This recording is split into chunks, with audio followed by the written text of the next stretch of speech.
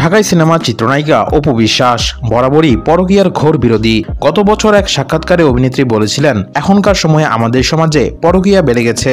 স্বামী আছে জেনেও অনেক মেয়ে দেখবেন অন্যের স্বামীর সাথে পরকীয়ায় যুক্ত হয়।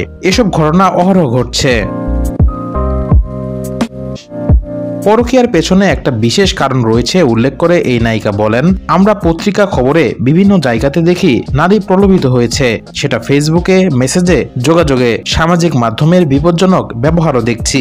এবার ঈদ পরবর্তী এক অনুষ্ঠানে আবারও অপুর কণ্ঠে শোনা গেল পরকীয়া নিয়ে ক্ষোভের কথা।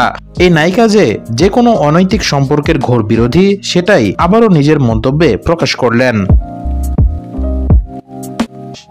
সম্প্রতি একটি অনুষ্ঠানে হাজির হয়ে র্যাপিড ফায়ার নামে এক সেগমেন্টে অংশ নেন অপু, যেখানে অভিনেত্রী জানান সমাজ থেকে পরকীয়া বন্ধ করতে চান তিনি।